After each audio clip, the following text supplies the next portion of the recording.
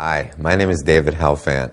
I'm the Senior Vice President of Business and Legal Affairs for the Music Division of Paramount Pictures.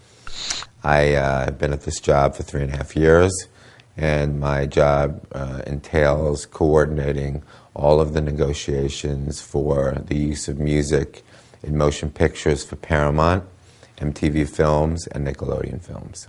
I spent many years performing in probably over 50 bands, and everything from folk to rock to jazz, and came to the conclusion that I wasn't going to be the next Jimi Hendrix.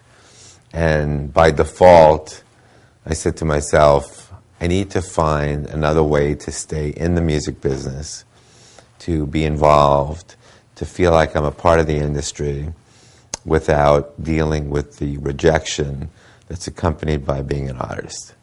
So I decided to go to law school and specialize in the music industry. What happened was, while I was in law school, I was afforded the opportunity to work for the city attorney's office in Santa Monica. And when I passed the bar, I was offered a job as deputy city attorney in Santa Monica. And my first entree into music was that the city of Santa Monica had an auditorium that they used to book music acts in. So I started getting involved in some of the concert engagements, licensing of music performance rights with ASCAP, BMI, and CSAC, so that when the bands came into the venue, we had the appropriate licenses that we needed. And I remember the city manager at the time looking at me and saying, "You're crazy. We don't have to have a license to perform music in an auditorium." And I proceeded to prepare a 20-page memo giving him about 50 precedents for why club owners and auditoriums can be sued by ASCAP, BMI, and CSAC for not getting a blanket performance license. I was able to talk the city of Santa Monica into obtaining the necessary performance licenses, and that was really the beginning of my music career. Shortly after that, I ended up getting a job working for an entertainment firm in Century City. And I looked them up in a legal directory called Martindale Hubbell. And they mentioned a few of the clients that the firm represented.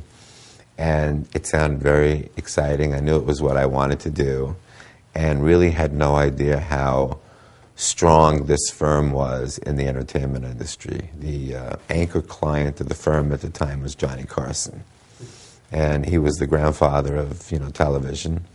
And he was the most powerful person on NBC. And he ended up being a magnet for every client that we obtained, which included everyone from Belushi and Aykroyd to Priscilla Presley to Larry Hagman to Bill Cosby.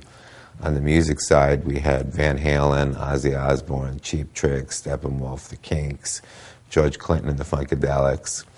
And so I left the city attorney's office, was the youngest lawyer they ever hired at 25 years old, and just by chance, my office was 2 doors down from Johnny Carson's office. And that was the start of my entertainment career.